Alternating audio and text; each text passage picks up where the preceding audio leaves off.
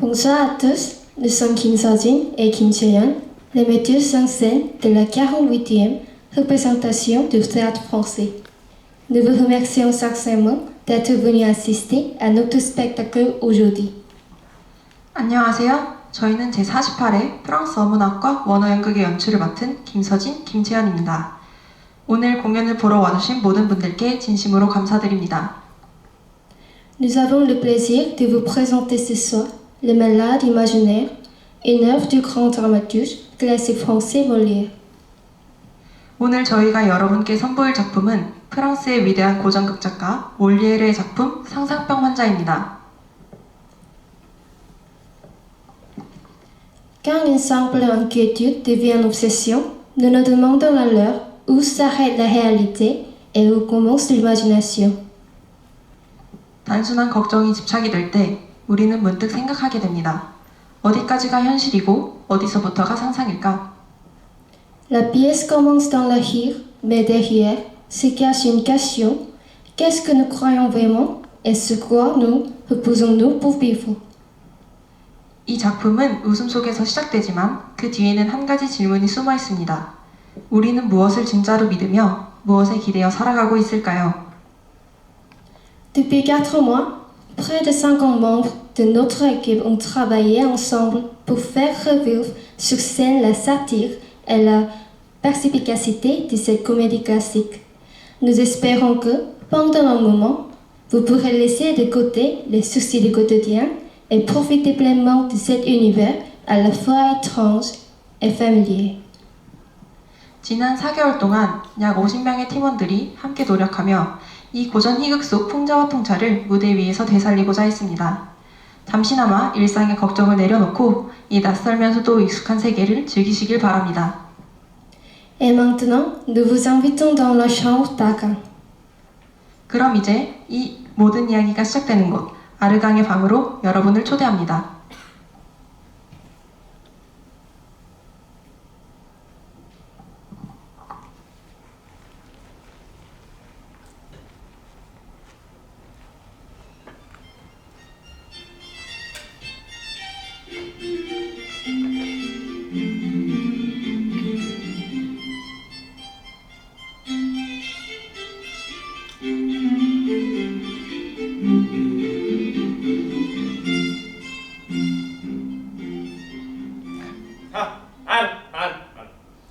Voyons un peu cela.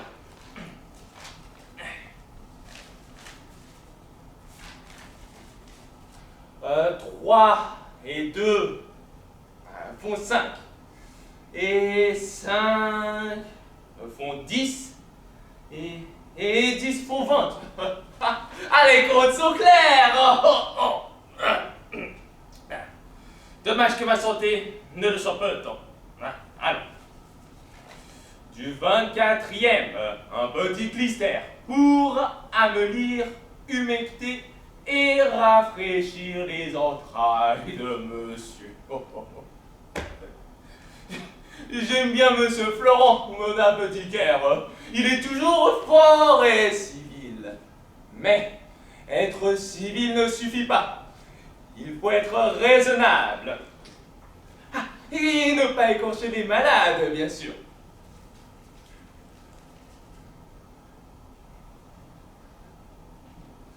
30 seuls en avant, mais allons donc, dans les autres parties du corps, ce n'était que 20 seuls, et 20 seuls en langage d'apothicaire, c'est-à-dire 10.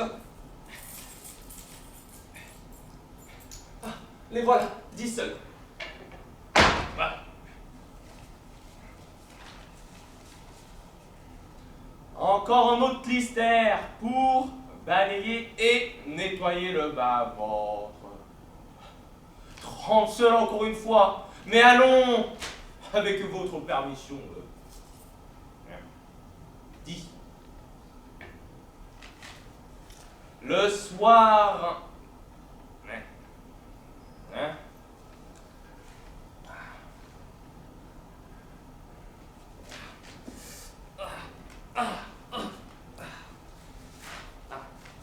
Le soir, un Julep pour me faire dormir. De celui-là, je ne me plains point, hein. Il me fit bien dormir. Le lendemain, une médecine pour chasser la bile. 4 livres? Mais, monsieur Florent, il faut bien vivre avec les malades. Les 4 livres. 3 livres suffiront. 3 livres. Puis, encore un clistère, et un autre, et toujours des clistères. Pour chasser les vents, pour calmer et pour purifier. Jour et soir, même remède et même histoire. Ce mois-ci, j'ai pris 8 médecines et 12 lavements. Le mois passé, c'était...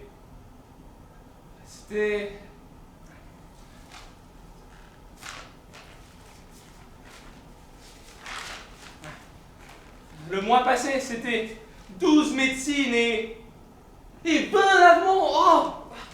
Allons donc. Je ne m'étonne pas si je me porte moins bien. Oh! Allons. Il faut que je le dise à Monsieur Purdon. Il faut mettre ordre à tout cela. Oh! Allons.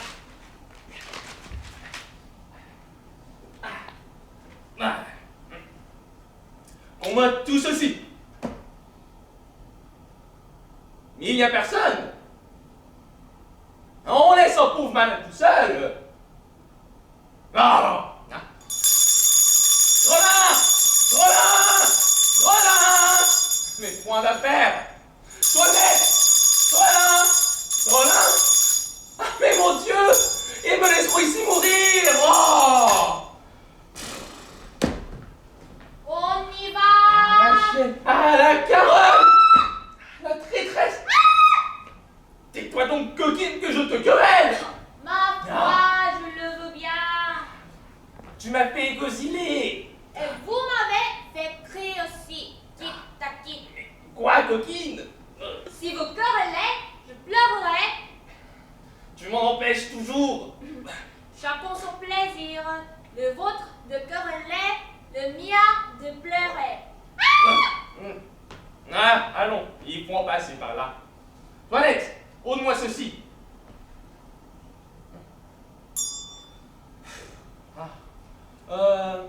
Toinette, mon lavement d'aujourd'hui, a-t-il bien opéré? Votre lavement? Oui. Ai-je bien fait de la bile? Je n'en sais rien. C'est à Monsieur Florent à s'emmeler, puisqu'il y trouve son profit. Qu'on tienne un bouillon prêt pour l'autre, que je dois prendre. Monsieur Florent et Monsieur Purpon se réjouissent bien de votre corps. Vous avez eu une excellente vache à lait. Taisez-vous! Faites venir ma fille Angélique. J'ai à lui parler. La voici qui vient d'elle-même. Approchez Angélique, vous n'êtes pas trop beau. Je voulais vous parler. Me voilà prête à vous ouïr. Ah, attendez, donnez-moi mon bâton. Mon bâton. Je vais revenir tout à l'heure. Allez vite, monsieur, allez! Il va encore se plaindre au médecin.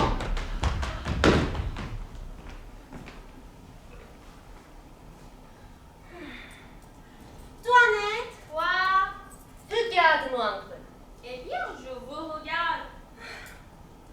Ah, Toinette! Eh bien, quoi, Toinette?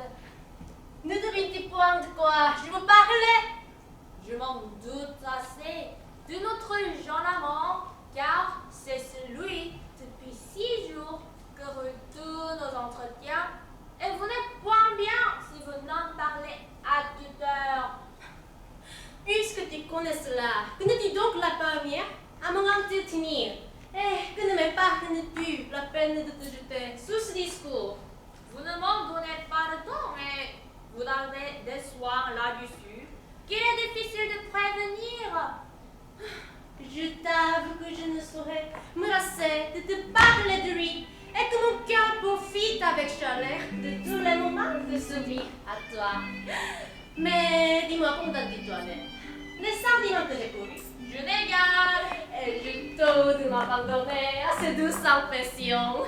Je ne dis pas cela. Et voudrais-tu que je puisse être sensible aux tantes de protestations de ces passions ardentes qu'il témoigne pour moi? Adieu le plaît. Continuante, ne t'oublie pas pour moi. Quelle sorticienne, quelques petits destins, dans l'aventure inopinée de notre connaissance. Oui. Ah, ne t'oublie pas de cette action d'embrasser ma défense sans me connaître et tout à fait dans le tombe. Oui, que l'on ne peut pas puis je plus généreusement. D'accord. Et qu'il fit tout cela de la meilleure grâce du monde. Oh oui. Ne t'oublie pas, Toinette, qu'il est bien fait de sa personne. Assurément. Qu'on ne peut rien entendre de lui passionner que tout ce qu'il me dit. Il a raison. Et qu'il n'est rien de plus fâcheux que la contente où l'on me tient, qui bouge de commerce ou de empressement de ces mutilades que le ciel j'inspire. Vous avez raison. Mais, ma pauvre Toinette, crois-tu qu'elle m'aime autant qu'elle me le dit? Et ces choses-là sont parfois sujettes à caution. Les grimaces d'amour ressemblent fort à la vérité et j'ai vu de grands comédiens là-dessus. Toinette, que dit-il là? Hélas, de la façon qu'il passe, c'est bien possible qu'il ne me dit pas vrai. En tout cas, vous en serez bientôt éclaircis. Et la résolution où il vous écrivit hier qu'il était de vous faire demander en mariage est un prompte devoir à vous faire connaître s'il vous dit vrai ou non. Ce sera là la bonne preuve. Ah, Toinette, si celui-là me trompe, je ne crois de ma vie aucun homme. Oh, voici votre père.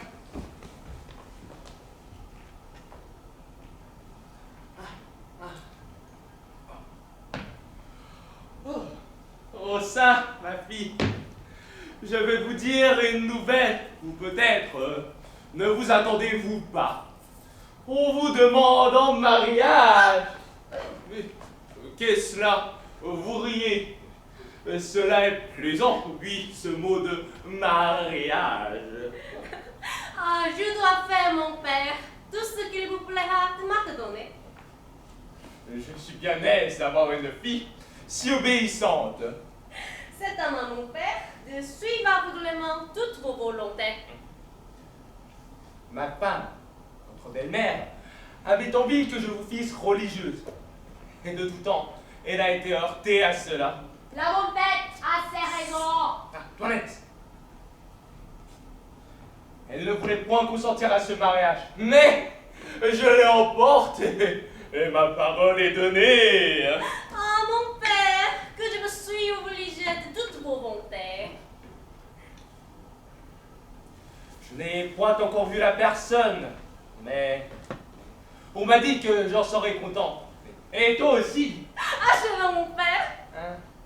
Comment l'as-tu vu? Puisque votre consentement m'autorise à vous pouvoir. Ouvrez mon cœur, je ne fente pas de vous dire que le hasard nous a fait connaître il y a 6 jours, et que la demande qu'on vous a fait est en effet de l'inclination que de ces premières vies nous avons pris l'un pour l'autre.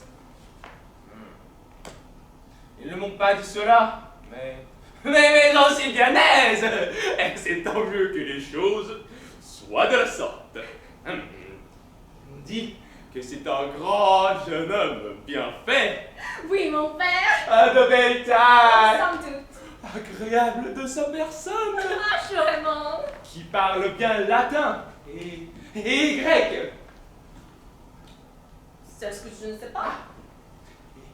Il sera reçu médecin dans 3 jours. Ah, oui, mon père.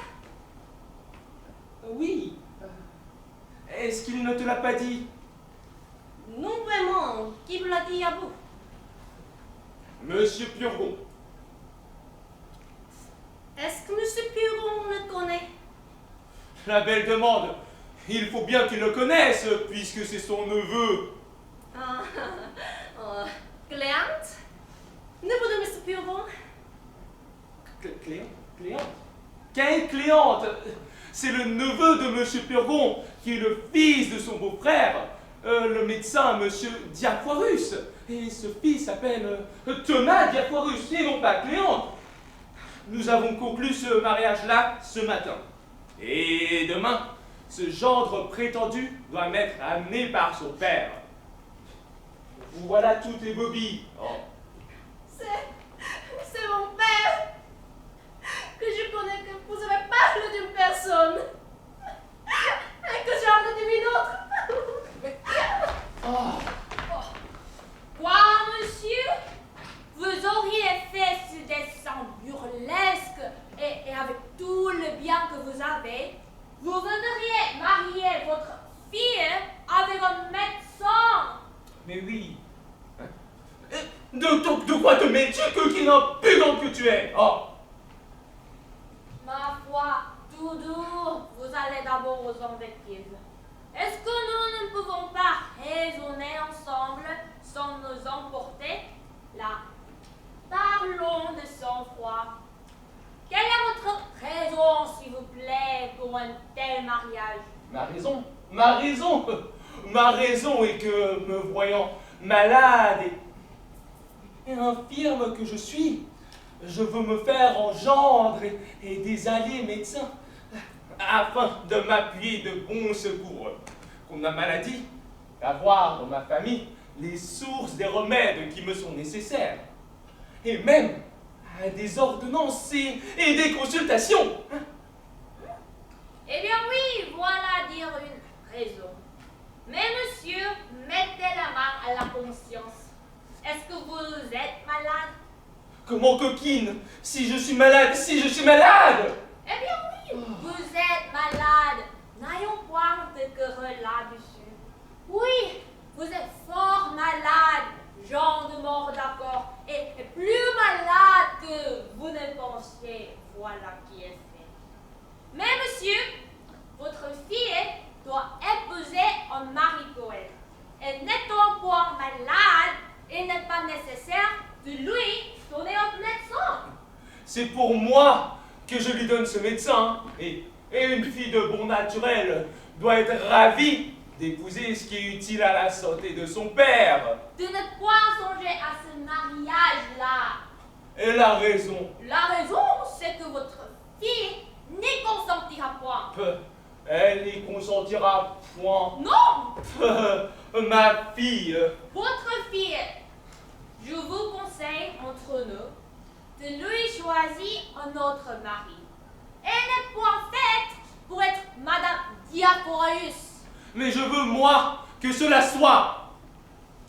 Et fille, ne dit pas cela. On dira que vous ne songez pas à ce que vous dites.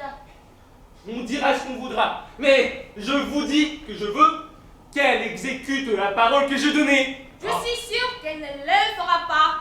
Je lui forcerai bien. Elle ne le fera pas, vous dis-je. Elle le fera, ou je la mettrai dans un couvent. Vous ne la mettrez point dans un couvent.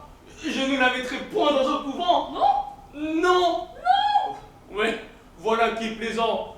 Je ne mettrai pas ma fille dans un couvent, si je le veux. Non, vous n'aurez pas ce cœur-là. Je l'aurai. Une petite lame au dos, des bras jetés au cou. Oh mon petit papa mignon, prononcé tendrement, sera assez pour vous toucher. Tout cela ne fera rien. Bagatelle! Bagatelle! Il ne faut pas dire bagatelle! Où est-ce que nous sommes? Et quelle audace est cela? Coquine de serpente que tu es, de parler de la sorte devant son maître! Quand un maître ne songe pas à ce qu'il fait, une servante bien sensée est en droit de le redresser. Insolente, il faut que je t'assomme!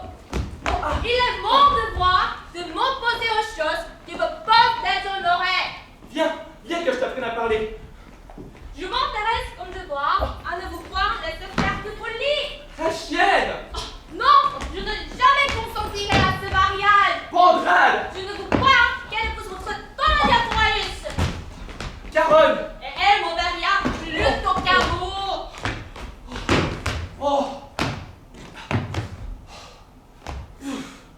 Je n'en peux plus.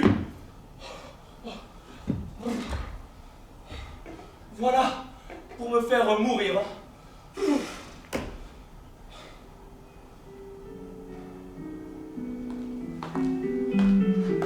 Voici ma femme. Qu'avez-vous, mon pauvre mari? Mamie, Mon ami? on vient de me mettre en colère. Hélas, pauvre petit mari.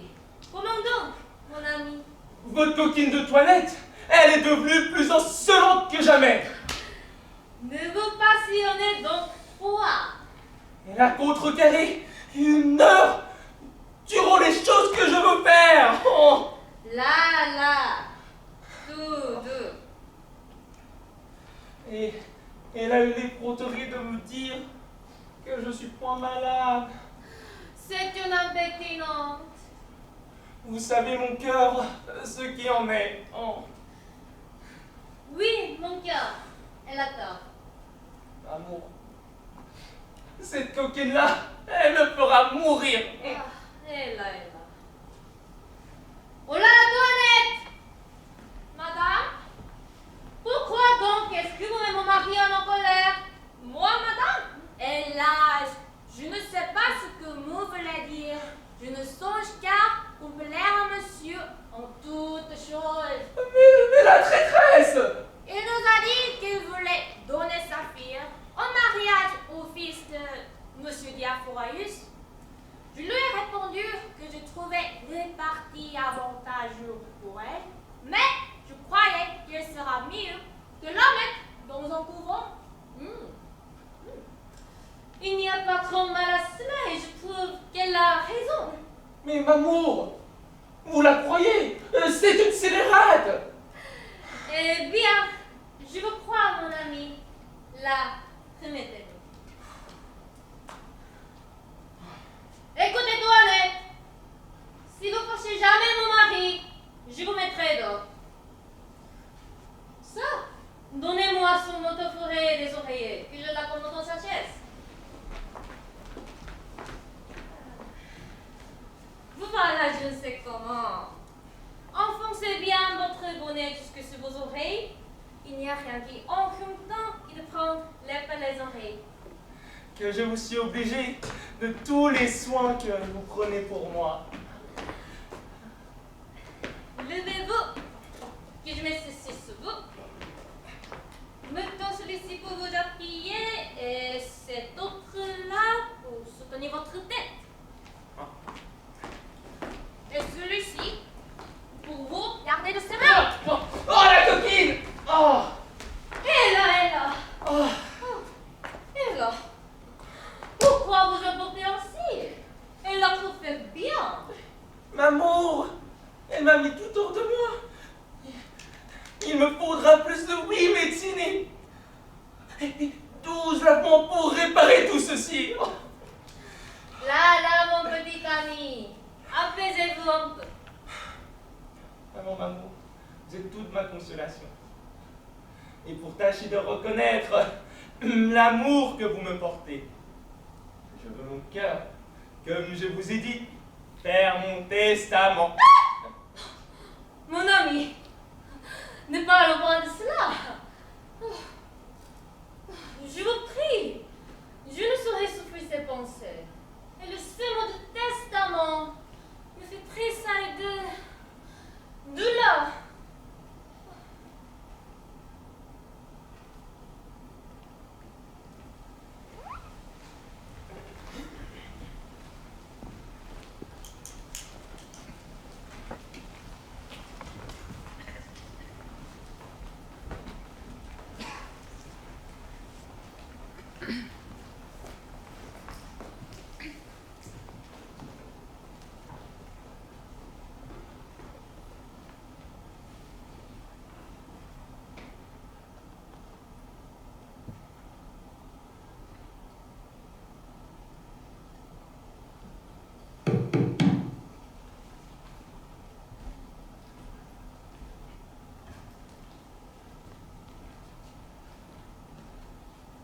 Que voulez-vous, monsieur? Ce que je demande, quelle surprise! Que voulez-vous faire, Céan? Et ça va ma destinée, et de parler l'aimable Angélique, et considérer les sentiments de son cœur. Oui, mais on ne parle pas comme cela de but en blanc, Angélique. Il faut des mystères. Et l'on vous a dit les 3 gardes où elle est retenue, qu'on ne la laisse ni sortir, ni parler à personne. Mais aussi nous bien, et tu parles si concluante, et c'est la bagarre de son amant, mais, comment arriver son maître de musique?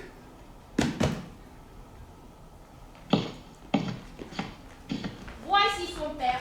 Retirez-vous un peu et me laissez lui dire que vous êtes là.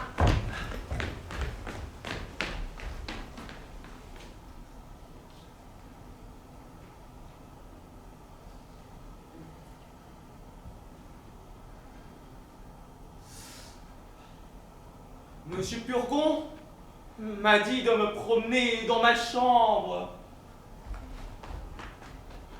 D'où aller et d'où venus. J'ai oublié à lui demander si c'était en long ou en large.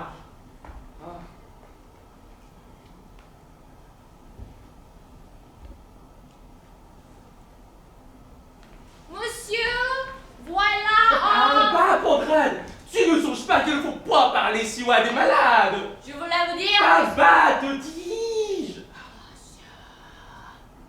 Hé, Voilà un homme qui vous parlait à vous. qu'il vienne, qu'il vienne.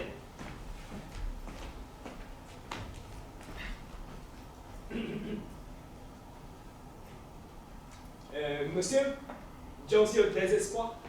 Et tu viens de la part à chanter de mademoiselle votre fille.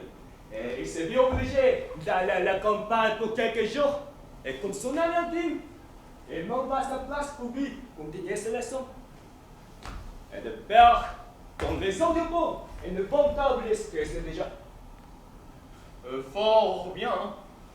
Appelez Angélique. Ah, monsieur, je crois qu'il sera mieux de mener monsieur à sa chambre. Non, non, non. Faites-la venir. Il ne pourra lui donner le son comme il faut. C'est le son en particulier. Si fait, si fait. Monsieur, cela ne fera que vous étourdir. Et il ne faut rien pour vous émouvoir en l'état où vous êtes. Et vous ébranler le cerveau. Point. J'aime la musique et j'en serai bien aise. La voici. Allez vous en voir, vous, si ma femme est habillée.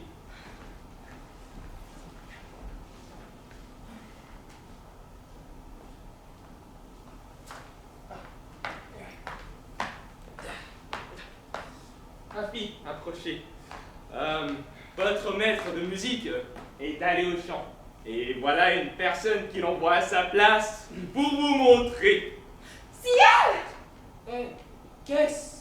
D'où vient cette surprise? C'est mon père. Une aventure surprenante qui s'en compte ici. Comment?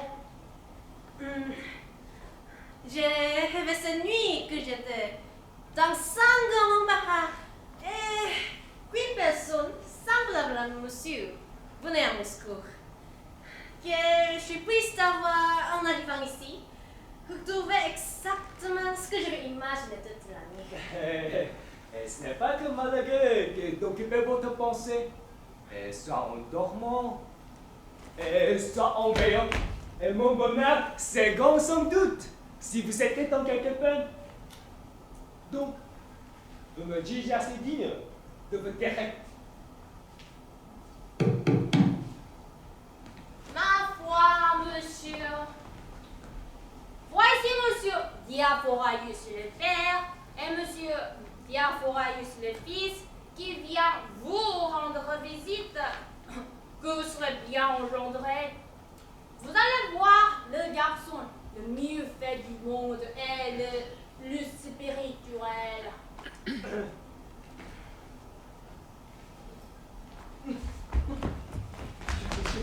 Ne vous attends point, c'est que je marie ma fille et Voilà qu'on lui amène son prétendu mari qu'elle n'a pas encore vu. Ça m'aimerait beaucoup, monsieur, de vouloir que je sois témoin d'une entrevue. C'est agréable. C'est le fils d'un habile médecin. Et le mariage se fera dans 4 jours. 4 jours. Fort bien. Mandez-le à son maître de musique, afin qu'il se trouve à la noce. Je ne manquerai pas. Allons qu'on se range, les voici.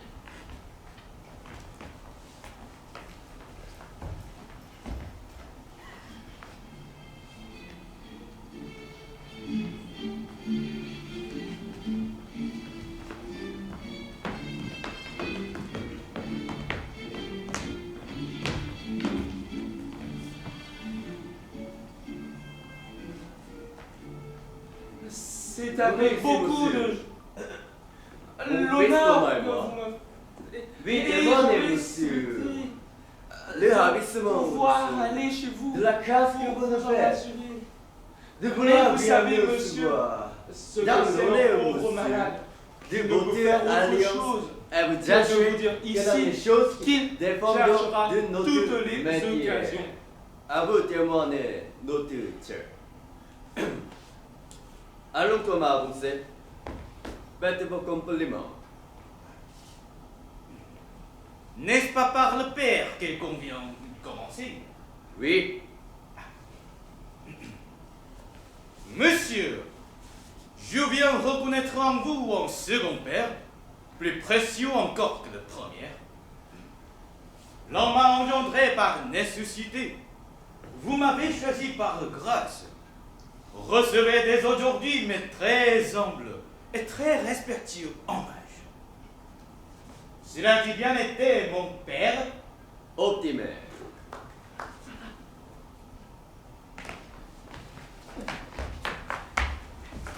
Allons, saluez monsieur. Baiserai-je? Oui, oui.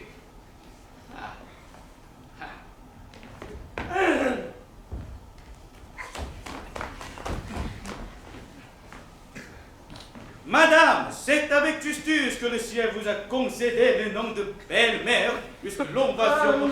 Monsieur, ce n'est pas ma femme, c'est ma fille à qui vous parlez. Où donc est-elle? Elle va venir. Attendrai-je mon père qu'elle soit venue? Faites toujours le compliment de mademoiselle. Ah, oui. Mademoiselle, telle que la statue de Memnon qui rendait un son harmonieux au rayon du soleil, je me sens transporté à l'apparition du soleil de vos beautés. Et comme l'héliotrope se tourne sans cesse vers l'astre du jour, ainsi mon cœur tournera désormais vers les astres resplendissants de vos yeux. Et souffrez que j'offre ce cœur, n'aspirant qu'à être toute ma vie votre très humble et fidèle mari. Voilà ce que c'est que d'étudier. On apprend à dire de belles choses. Que dites-vous cela? Cela quelque chose d'admirable. J'ai fait d'aussi belles cours qu'il fait de beaux discours. Allons, vite, ma chère. Et des sièges à tout le monde. Mettez-vous là.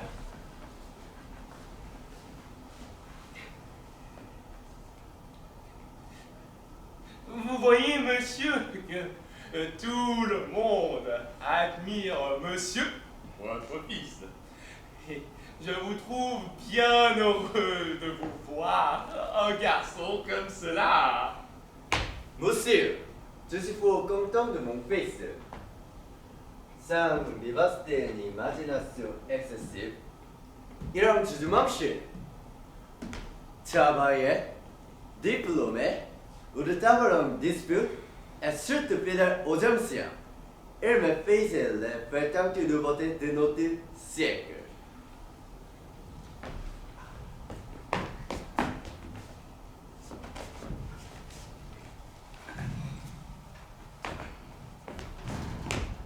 j'ai contre les circulateurs soutenu une thèse qu'avec la permission de monsieur, j'ose présenter à mademoiselle comme un hommage que je lui dois des prémices de mon esprit. Monsieur, Oui. c'est pour moi un meuble limite. Ah, donnez. Elle est toujours bonne à prendre l'image. Cela servira à parer notre chambre.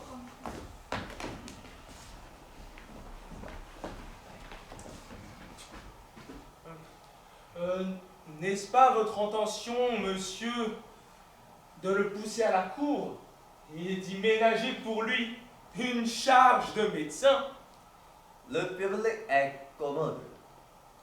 On en compte à personne. Il faut qu'on suive les règles de là. Tout passe. Mais un élégant, c'est pas sûr. Dès qu'ils sont malades, ils veulent absolument être guéris. Cela est plaisant. Vous dites de recevoir vos pensions et leur ordonner de remettre, et c'est à lui à guérir s'ils peuvent. Cela est vrai.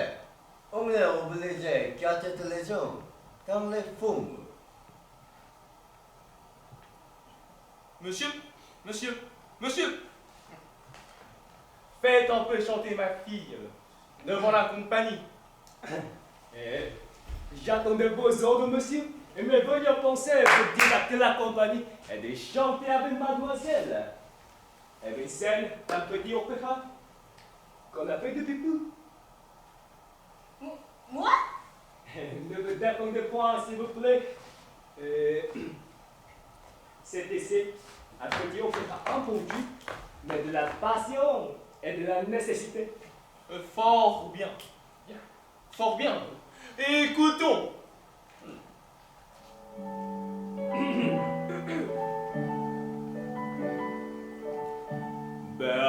Feliz, on pense de silence et apprenez-moi ma destinée.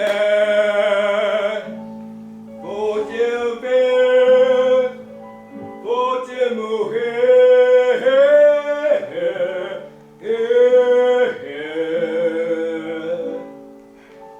D'ici, vous me voyez triste et mélancolique.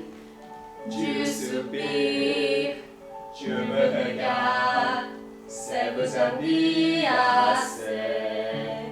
Hélas, belle Feliz, et je, avec quelques places dans votre cœur, Oui, d'ici, je vous aime. aux paroles pleines de part, Oui, d'ici, je vous aime. mais arrivo double mon transport.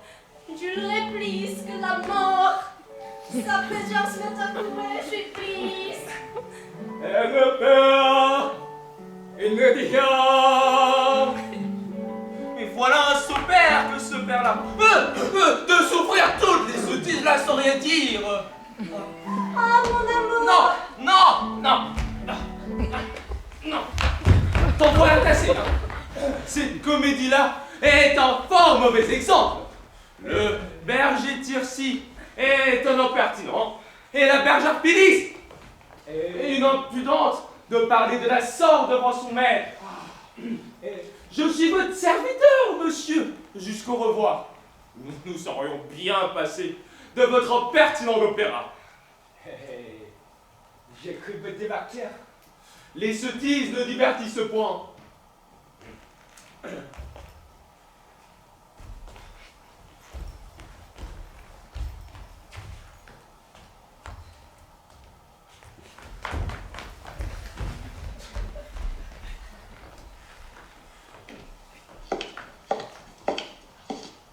Voici ma femme.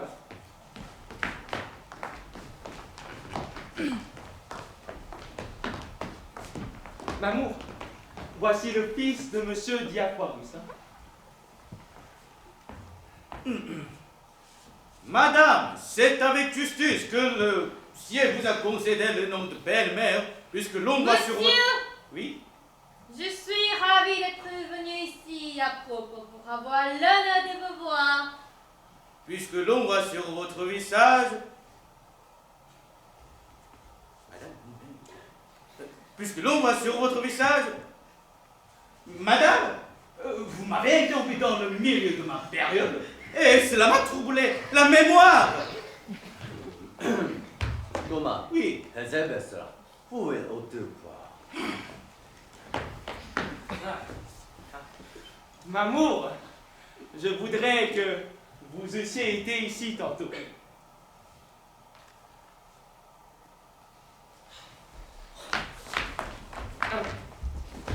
Touchez dans la main de monsieur et donnez-lui votre foi comme à votre mari. Mon père! Eh bien, mon père, qu'est-ce que cela veut dire? Oh. De grâce, ne précipitez pas les choses. Donnez-nous au moins le temps de nous connaître et de voir notre nous l'un pour l'autre. Cette inclination, si nécessaire à composer une union parfaite. quant à moi, mademoiselle, elle est déjà toute née en moi, et je n'ai pas besoin d'attendre davantage. Si vous êtes prompt, monsieur, il n'en est pas de même de moi, et je vous avoue que votre mec n'a pas encore fait assez d'impression dans mon âme. Bien. Oh bien. Cela aura le loisir de se faire quand vous seriez mariés ensemble. Nous lisons des anciens, mademoiselle, que leur coutume était d'enlever par force de la maison des pères, et les filles qu'on venait marier, afin qu'il ne semblât pas que ce fuite de leur consentement était comblé dans les bras d'un homme. Les anciens sont les anciens, monsieur, et nous sommes les gens d'aujourd'hui. Dans notre siècle porte masse, car dans le mariage, nous voulons nous y allons de nous-mêmes. Si vous m'aimez, monsieur, vous devez vouloir ce que je veux. Oui, jusqu'aux intérêts de mon amour exclusivement. Mais la grande marque d'amour, c'est d'être soumis aux volontés de celle qu'on aime. Distingue, mademoiselle, dans ce qui ne regarde point sa possession, possède, mais dans ce qui la regarde, négo. Vous avez beau raisonner, monsieur est frère venu du collège. Il vous toujours donnera votre reste. Pourquoi donc rester et refuser la gloire d'être attaché au corps de la faculté?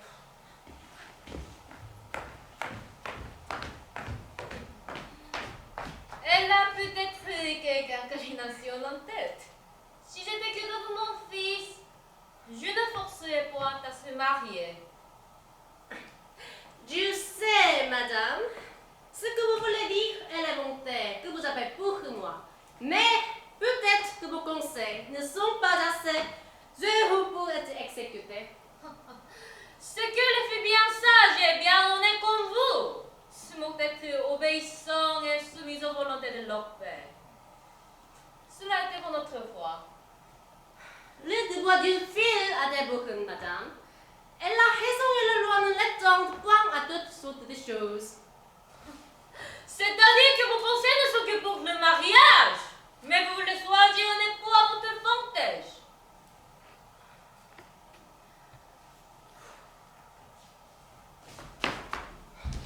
Si mon père ne veut pas me tourner au mari, qu'il me plaise, je le congé au moins, de ne me pas forcer à en négliger, pour que je ne puisse pas aimer.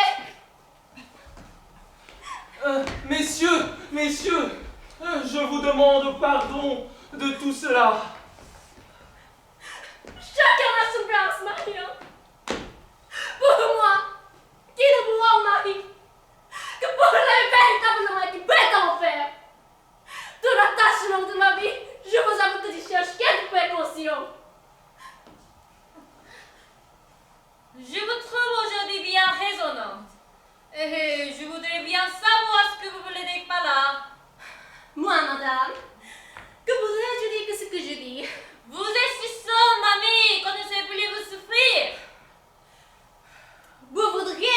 madame. M'oblige à vous répondre quelque impertinence, mais je vous avertis que vous n'avez pas cet avantage. Rien de l'autre. Tout cela, madame, ne sert à rien de ces sages. En dépit de vous et pour votre l'espérance de pouvoir réussir dans ce que vous voulez, je vais voter de votre vie. Écoute, il n'y a point de milieu à cela. Choisis d'épouser dans 4 jours, ou monsieur, ou en couvent. Et mon cœur alors!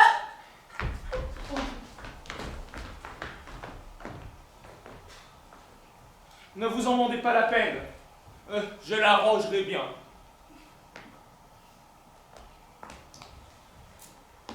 Je suis fâchée de vous quitter, mon fils. Mais j'ai une affaire en vie dont je ne peux me dispenser. Je reviendrai bientôt. Et passez chez le notaire, afin qu'il expédie tout ce que vous savez. Adieu, mon petit ami. Adieu, mon ami. Voilà une femme qui m'aime. Nous allons, monsieur, forme de compter de vous. Monsieur, je vous prie de dire un peu comment ma santé elle est.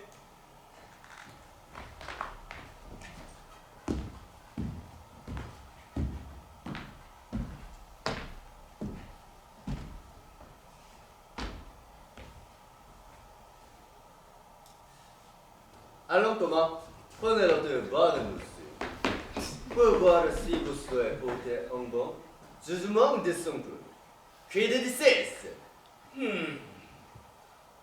Dico que le peu de monsieur est le peu d'un homme qui ne se porte point bien, Bon, qu'il est diabolique qu'il est, faux bien. représent Bene, et même un peu diaprésent. optime. Ce qui marque une intempérie dans le parenchyme splénique, c'est-à-dire la rate. Faux bien. Non. Monsieur Purgon dit que c'est mon foie qui est malade. Eh oui, qui dit pas un chien, de l'homme et l'autre. Elle vous ordonne sans doute manger fausse rôtie. Non, rien. Que du bouilli. Eh oui, rôtie, bouillie, même chose. Elle vous ordonne faux fou d'amour. Et vous ne pouvez être un de meilleurs mains. Combien est-ce qu'il faut mettre de grains de sel dans un œuf? 6, 8, 10. Faire le nombre faire. Comme dans les médicaments, faire le nombre impair. Jusqu'au revoir, monsieur.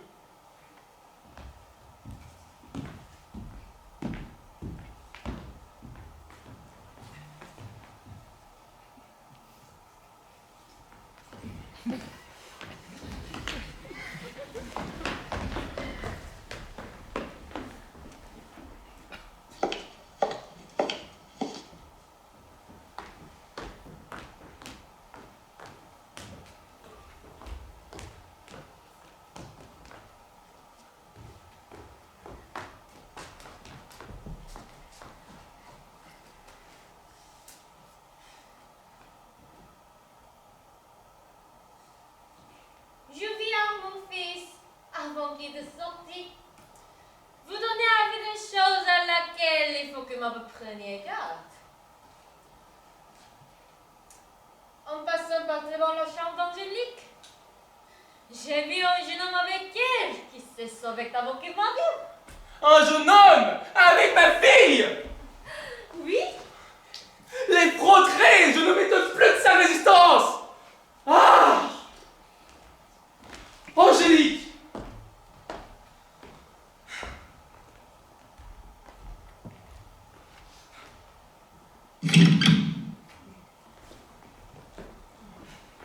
Eh bien, mon frère, qu'est-ce? Comment vous portez-vous? Mon frère, Quoi? fort mal. Comment fort mal? Je suis dans une faiblesse si grande que cela n'est pas croyable. Voilà qui est fâcheux. Et je n'ai pas seulement la force de pouvoir parler. Mon frère, j'étais venu ici vous proposer un parti pour ma nièce Angélique. Mais mon frère, ne me parlez pas de cette coquine-là. C'est une friponne, une impertinente, une effronterie, que je la mettrai dans un couvent avant qu'il soit toujours. Ah! Oh, voilà qui est bien. Je suis bien aise que la force vous revienne un peu et que ma visite vous fasse du bien. Oh, ça, hein? Nous parlerons d'affaires tantôt.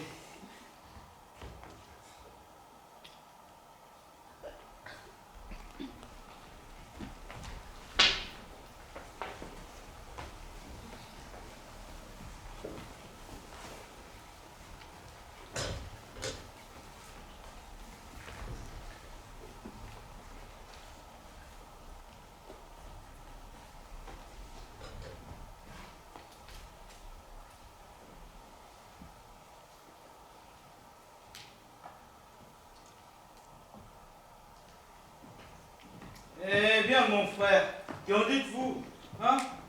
Cela ne vaut-il pas bien une prise de casse? Bonne. De bonne casse est bonne. Oh, ça, hein? Voulez-vous que nous parlions un peu ensemble? Un peu de patience, mon frère. Ah, je veux revenir. Tenez, monsieur, vous ne songez pas que vous ne sauriez marcher sans balcon.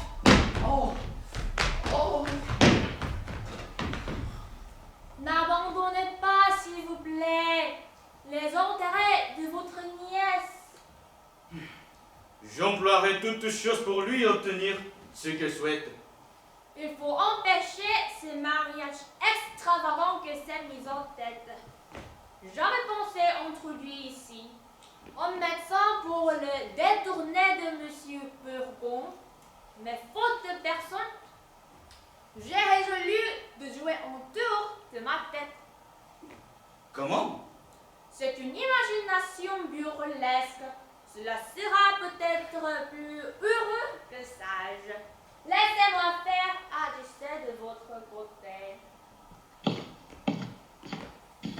Voici notre...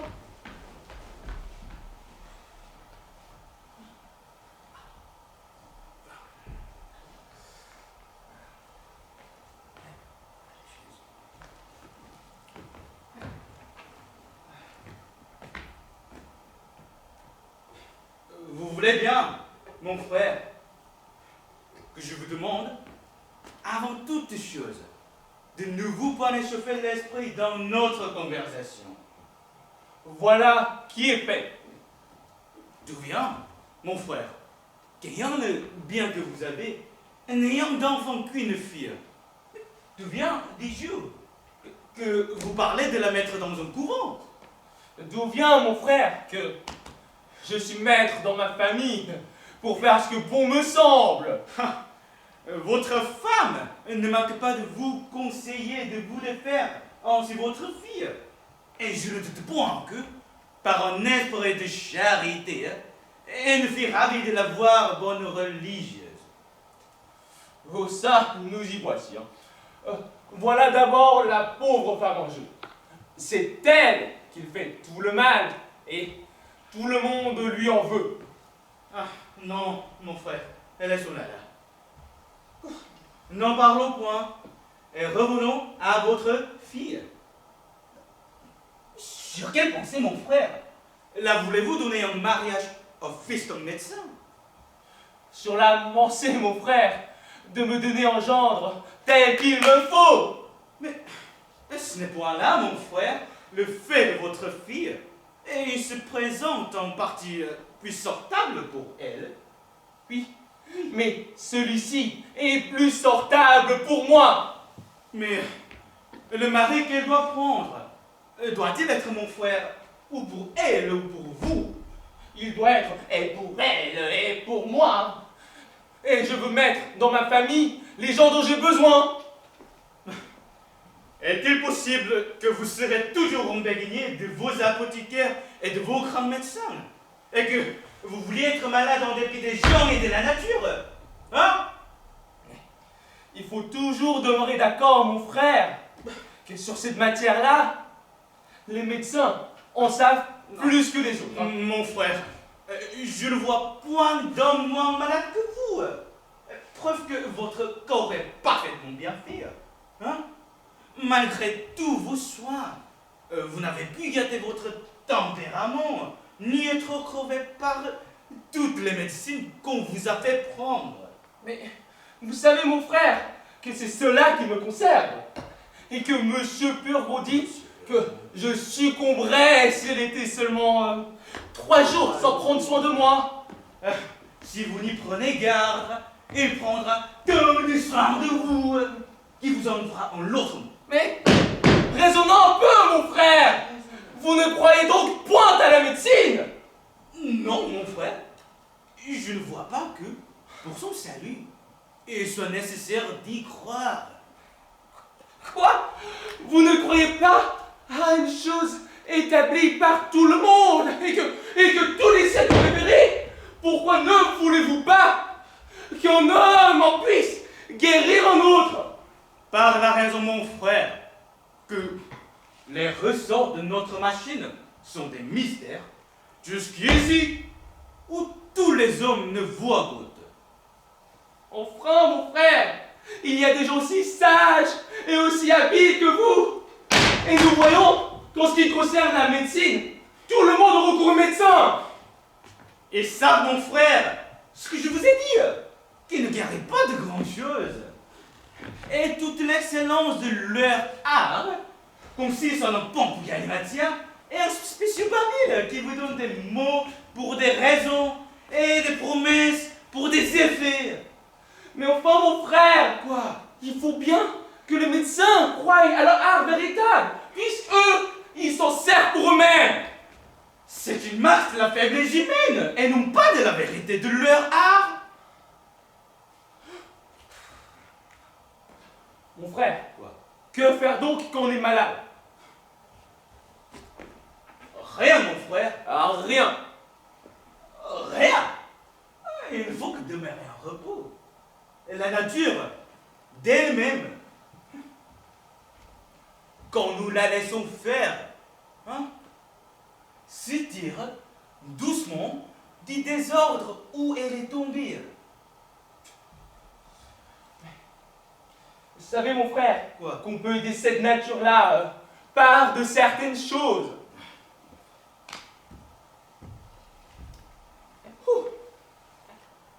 Dans les discours et dans les choses, ce sont 2 sortes de personnes que vos grands médecins. Entendez-les parler. Oh, les plus intelligents du monde. Mais voyez-les faire. Les plus ignorants de tous les hommes.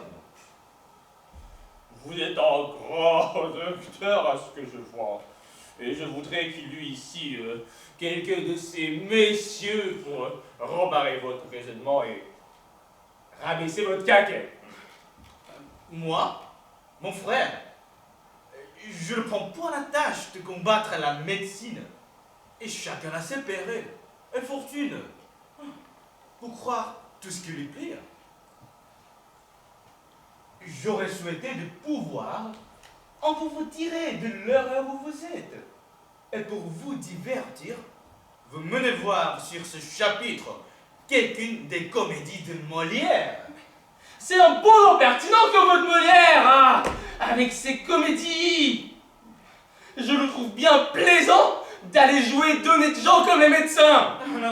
Non, ce ne sont pas les médecins qui jouent, mais le ridicule de la médecine. C'est bien à lui à faire de se mêler, de contrôler la médecine. Voilà, mon frère, un bon nigo, un bon impertinent.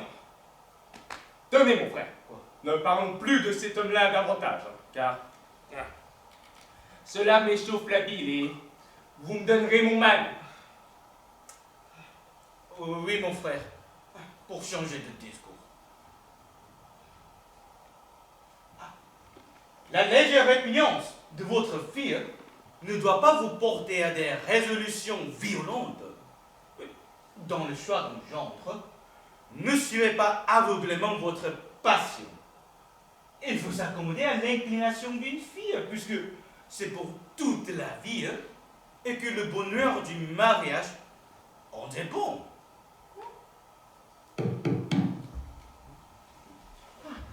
Mon frère, avec votre permission. Comment? Que voulez-vous faire?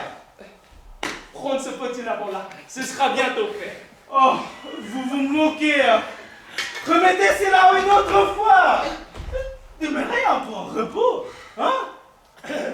Et du quoi vous m'avez-vous de vous opposer aux ordonnances de la médecine et d'empêcher monsieur de prendre mon blister? Hein? Allez, monsieur! On ne doit pas ainsi sujet des remèdes et de me faire pardon. Je sais bien c'est qu'à ce une bonne ordonnance. Et je vais dire à monsieur parents, qu'on m'a empêché d'expliquer ses autres et de faire ma fonction. Parents.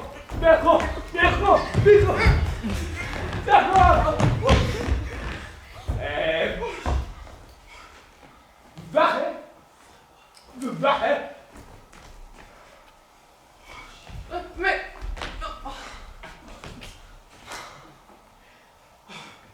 Encore un coup, mon frère. Est-il possible qu'il n'y ait moyen de vous de guérir de la maladie des médecins? Et que vous vouliez être toute votre vie enseveli dans leurs remèdes? Mon frère, vous parlez comme un homme qui se porte bien. Mais si vous étiez à ma place, Quoi? vous changerez bien de langage. Mais quel mal avez-vous? Vous me ferez enrager et je voudrais que vous laissiez mon mal pour voir si vous agirez tant. Quoi? Voici monsieur Purgon.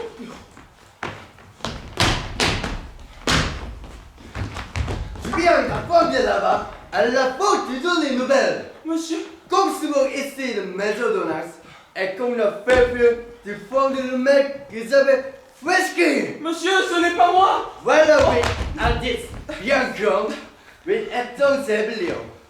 Donc, malade compte son médecin. Ce n'est pas moi. Un cholestère que j'avais fait plaisir à composer moi-même.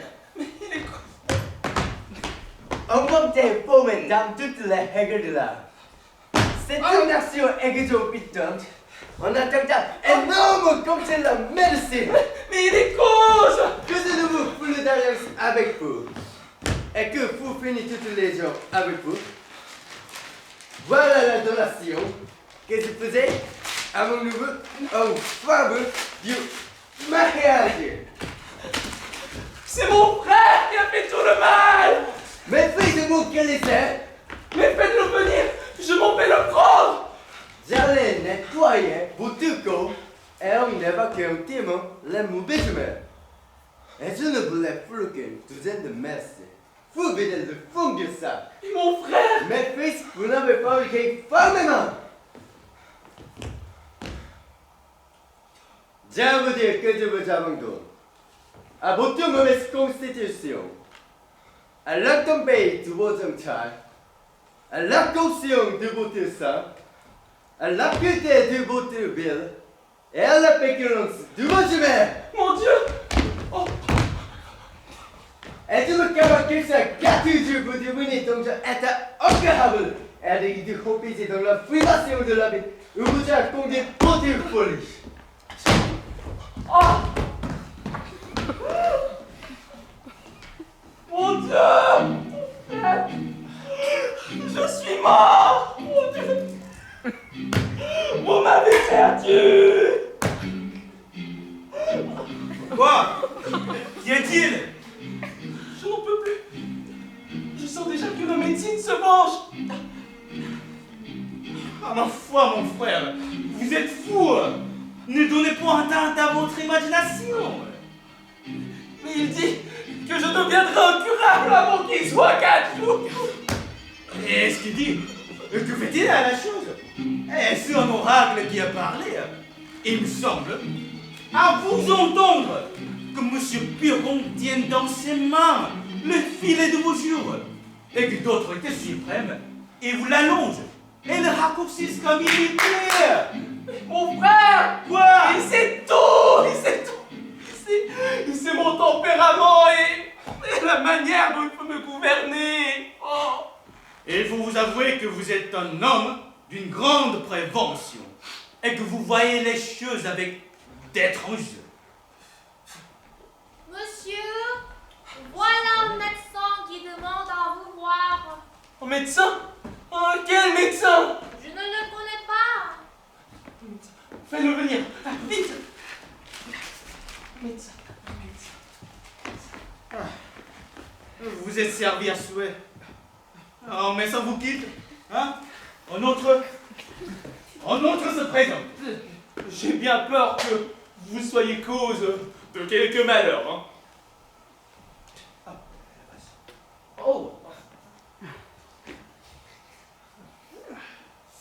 Monsieur, après que je viens vous rendre visite et vous offrir mes petits services pour tous les saignées et les purations dont vous aurez besoin. Monsieur, je vous suis obligé, mais par ma foi, voici Toinette elle-même. Monsieur, je vous prie de m'excuser. J'ai oublié de donner une commission à mon valet. Je reviens tout à l'heure.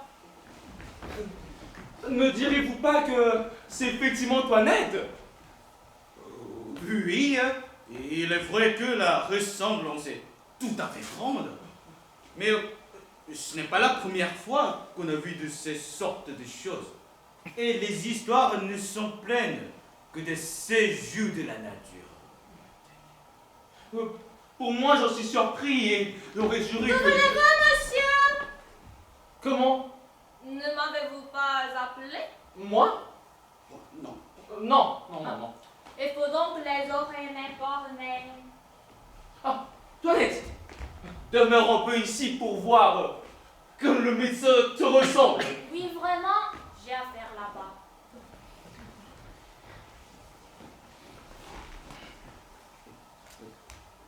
J'ai lu des choses surprenantes de ces sortes de ressemblances. Et que nous en avons vu de notre temps où tout le monde s'est trompé.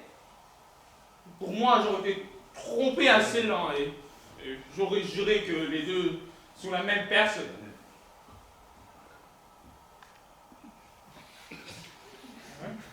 Monsieur, je vois bien que vous me regardez fixement. Quel âge croyez-vous bien que j'ai? Je crois que vous pouvez avoir 26 ans ou 27 ans. J'en ai 90. 90! Oh! Oui, vous voyez en effet les secrets de mon art, de me conserver ainsi frais et vigoureux. Voilà un beau jeune vieillard pour 90 ans. Oh. Je suis un médecin voyageur. Je ne traite que les grandes maladies. Fièvre, peste, hydropésie, voilà mon plaisir.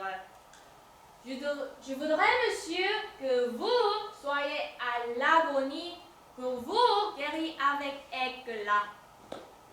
Je vous suis obligé, monsieur, des bontés que vous avez pour moi. Donnez-moi votre peau. Oui, ce poulet fait long pétillant. Je vois bien que vous ne me connaissez pas encore. Qui est votre médecin? Monsieur Purgon. Cet homme-là n'est point écrit sur mes tablettes entre les grands médecins. De quoi dit-il que vous êtes malade? Il dit que c'est du foie et d'autres disent que c'est de la rate.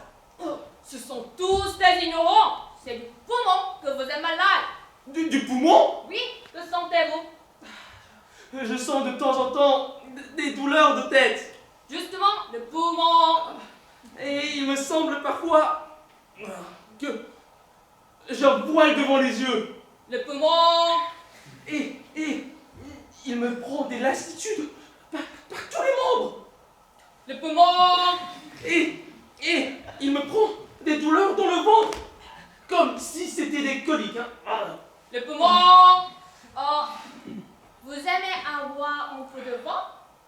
Oui, monsieur. Le poumon. Il vous prend un petit sommeil après le repas et vous êtes bien aise de mourir. Oui, monsieur. Le poumon, vous dis-je. Que vous ordonne votre médecin de votre nourriture? Il m'ordonne du potage, Ignorant. de la volaille, Ignorant. du veau. Ignorant. Le soir, de petits pruneaux pour me lâcher le ventre. Ignorant. Et surtout, de boire mon vin fort trempé. Ignorant tous. Ignorant tas. Ignorant tout. Il faut boire votre vin pur. Et pour épaissir votre sang, qui est trop subtil, il faut manger de bons gros bœufs, de bons gros porcs, des marrons et des oublis, de collet et dîner. Que diantre de ce bras-là? Comment? Voilà un bras que je me coupais tout à l'heure si j'étais que de vous. Et pourquoi? Ne voyez-vous pas qu'il tire à soi toute la nourriture et qu'il en fait ce côté-là de profiter? Mais j'ai besoin de mes bras.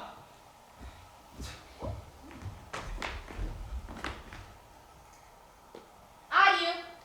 Je suis fâchée de vous quitter si tôt, mais il faut que je me trouve à une grande consultation qui se doit faire pour un homme qui mourut hier. Pour un homme qui mourut hier? Oui, pour aviser et voir ce qu'il aurait fallu lui faire. Jusqu'au revoir.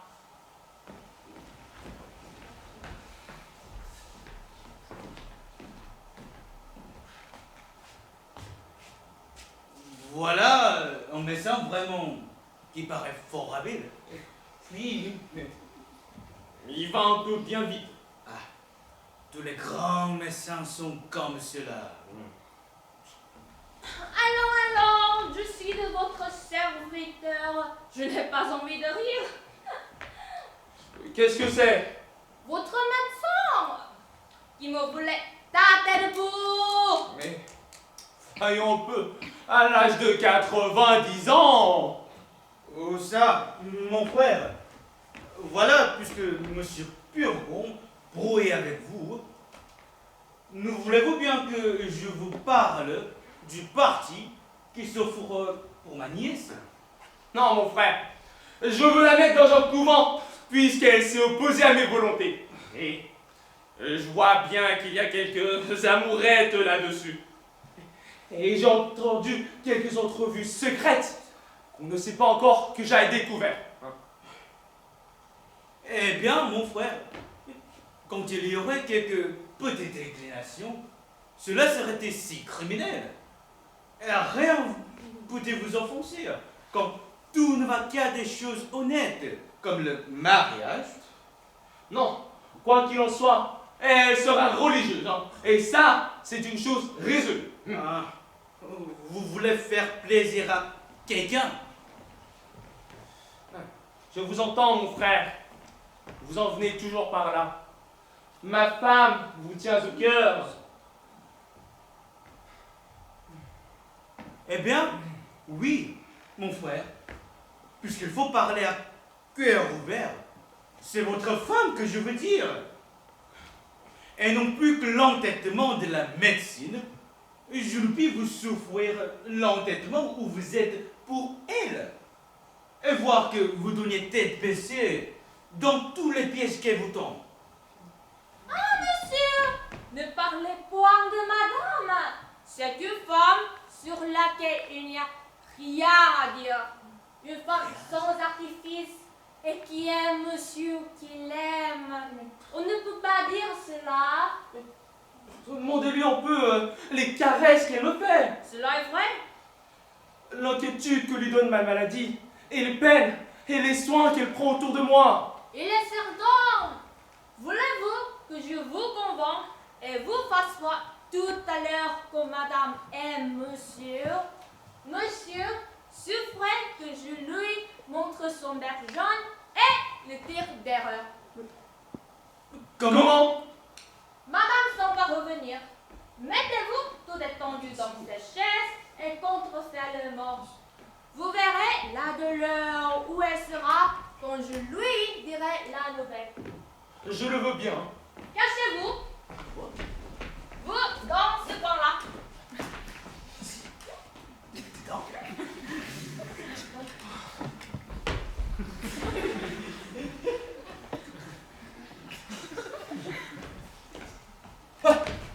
N'y a-t-il point quelque danger à contrefaire le mort? Non, non, quel danger y aurait-il? Attendez-vous là seulement. Madame s'en va revenir. Tenez-vous bien. Oh mon Dieu! Ah malheur! Quel étrange accident! Qu'est-ce qu'on est? Madame, qu'y a-t-il? Votre mari est mort.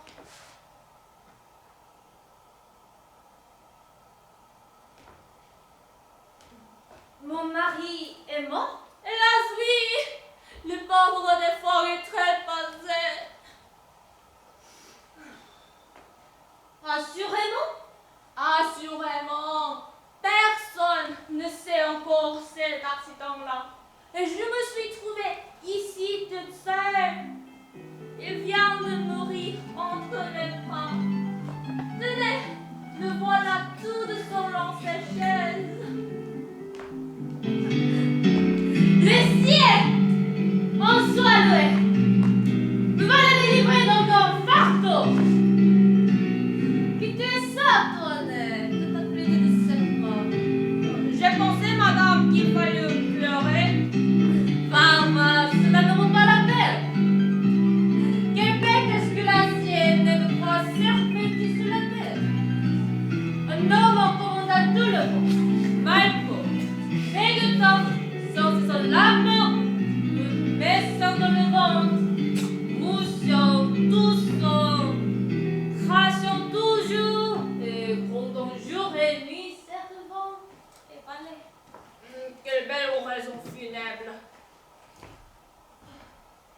Il faut donner que tu m'aides à exécuter mon dessein, ta récompense est sûre. Puisque personne n'est encore averti, portons-le dans son lit et cachons ses morts jusqu'à ce que j'ai fait mon affaire. Il y a des papiers de l'argent dont je veux me saisir.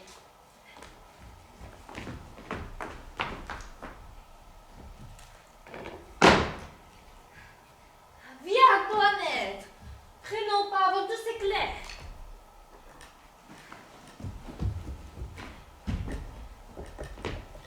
Doucement! Oui, madame ma femme, c'est aussi que vous m'aimez.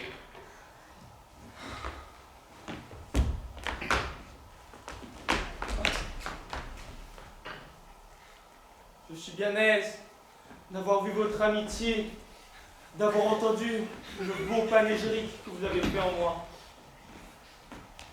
Et voilà un avis au lecteur qui me rendra sage à l'avenir. Eh bien, mon frère, vous le voyez. Ah, ma foi! Je n'aurais jamais cru cela! Oh, mais j'entends votre fille qui revient. Remettez-vous comme vous étiez et voyons de quelle manière elle recevoir votre mort. C'est une chose qui n'est pas mauvaise à prouver, et puisque vous êtes l'entendre, vous connaîtrez par là les sentiments que votre famille a pour vous.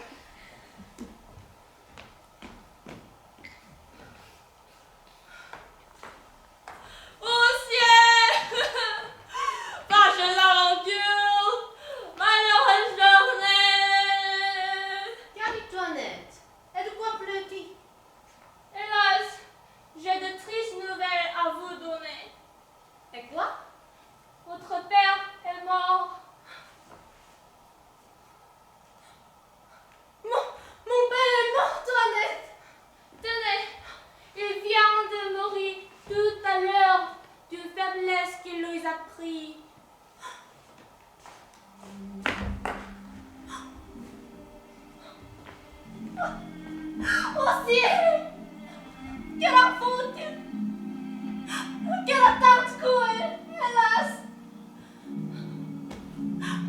dès que je perds mon père, la seule chose qui me restait au monde. Car quand, pour un choix de désespoir, je le perds dans un moment où il était contre moi. Que deviendrais-je malheureuse? Mais quelle consolation trouver un peu ici, mon père!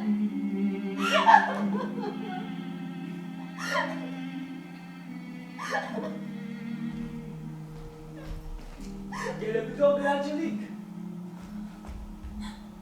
Et quelle manière plaquez-vous? Hélas, je plais tout ce que dans la vie, je pouvais perdre de plus cher et de plus précieux. Je plais la mort de mon père. Et au ciel! Quel incident! Et quel coup inopiné!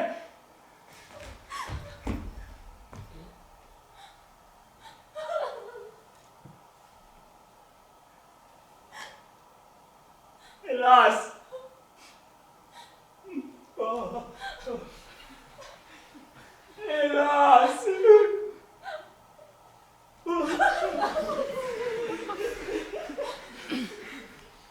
Hélas!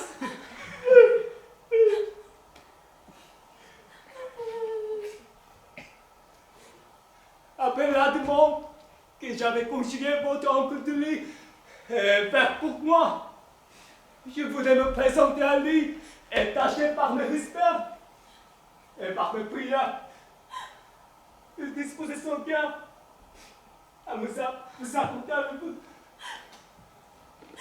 Ah, Cléante, ne parlons plus dire. Laissons-la toutes les pensées du mariage. Après la perte de mon père, je ne veux plus être du monde. Et je renonce plus jamais. Oui, mon père, si je résiste tantôt à vos volontés, je veux suivre, dis-moi, oui, de vos intentions. Et réparer par là de chagrin que tu m'as pu abandonner. Souffrez, mon père, que je vous en donne ici ma parole, et que je vous embrasse pour vous témoigner mon sentiment. Ma fille! Bien, n'aie pas peur. Je ne suis pas mort. Bah, tu es mon vrai sang, ma véritable fille. Ma vie heureuse, ton beau naturel. Oh, quelle agréable surprise, mon père! Puisque le ciel vous rendez-vous, souffrez que je vous supplie d'une chose. Si vous me refusez Cléante, ne me forcez pas au moins d'en plus un autre. C'est toute la grâce que je vous demande. Et monsieur, laissez-moi toucher à cette prière et au mieux, et ne remontez pas comme ça au métier empêchement de subordination.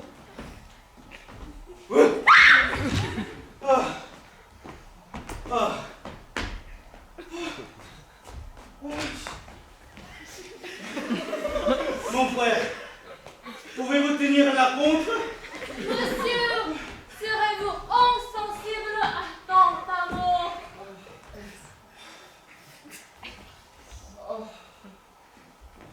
Qu'il se fasse médecin. Je consens au mariage. Oui, faites-vous médecin. Je vous donne ma fille.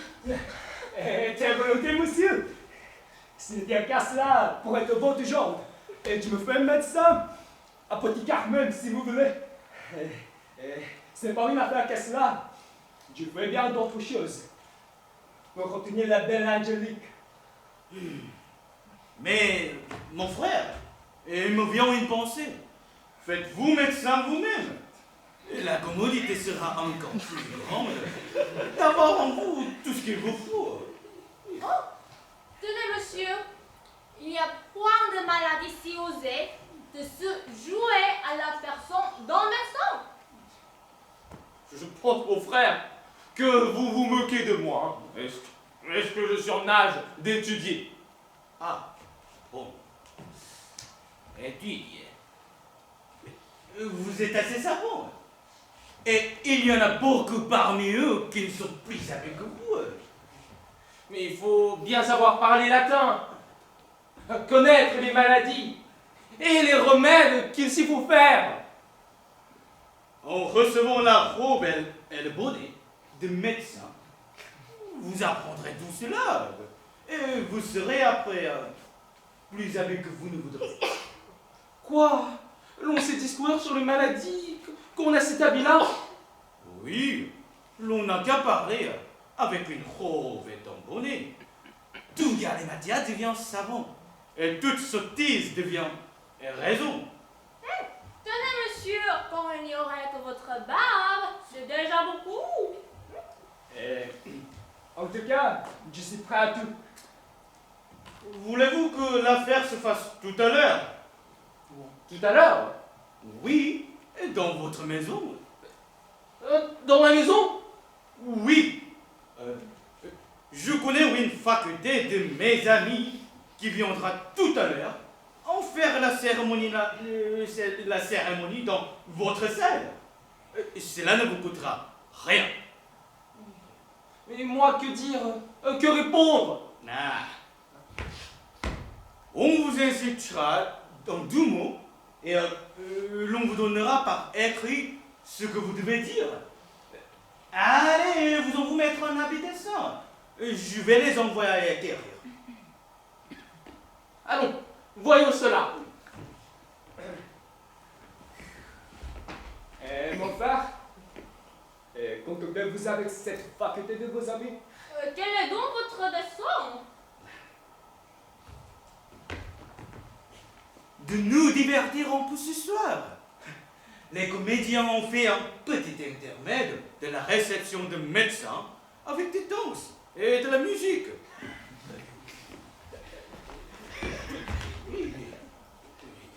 Je veux que nous en prenions ensemble le divertissement et que mon frère y fasse le premier personnage. Mais, mon oncle, il me semble que vous vous jouez un peu beaucoup de mon père. Mais ma nièce, ce n'est pas tant le jouet que s'accommoder à ses fantaisies. Tout ceci n'est qu'entre nous. Et nous y pouvons aussi prendre chacun un personnage et nous donner ainsi la comédie les uns aux autres. Le carnaval autorise cela. Allons vite, préparez toutes choses. Et consentez-vous? Oui, puisque mon oncle ne conduit.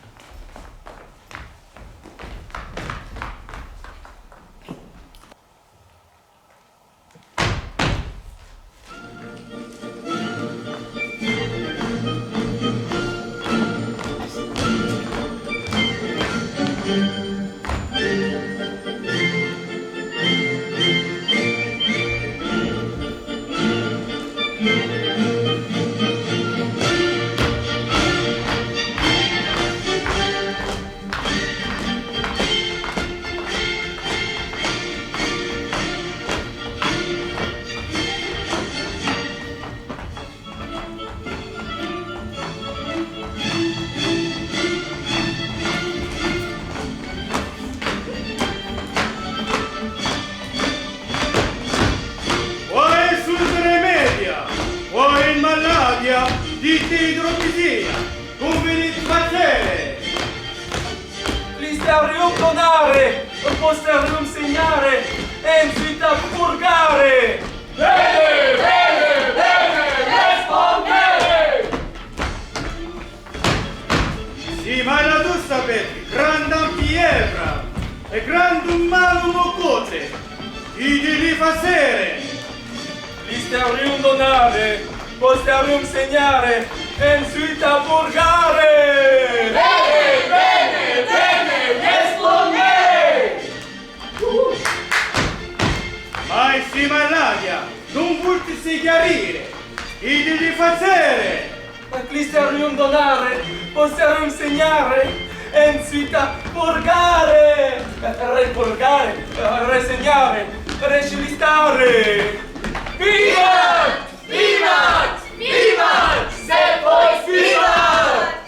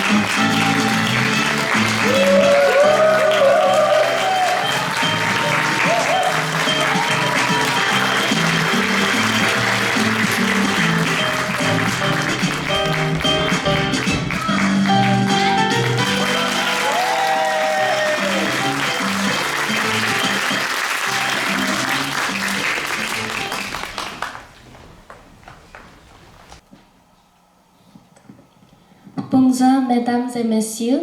Est-ce que la pièce ce soir, Le Malade Imaginaire, vous applaudit? 안녕하세요. 연극 상상병 환자 잘 보셨나요?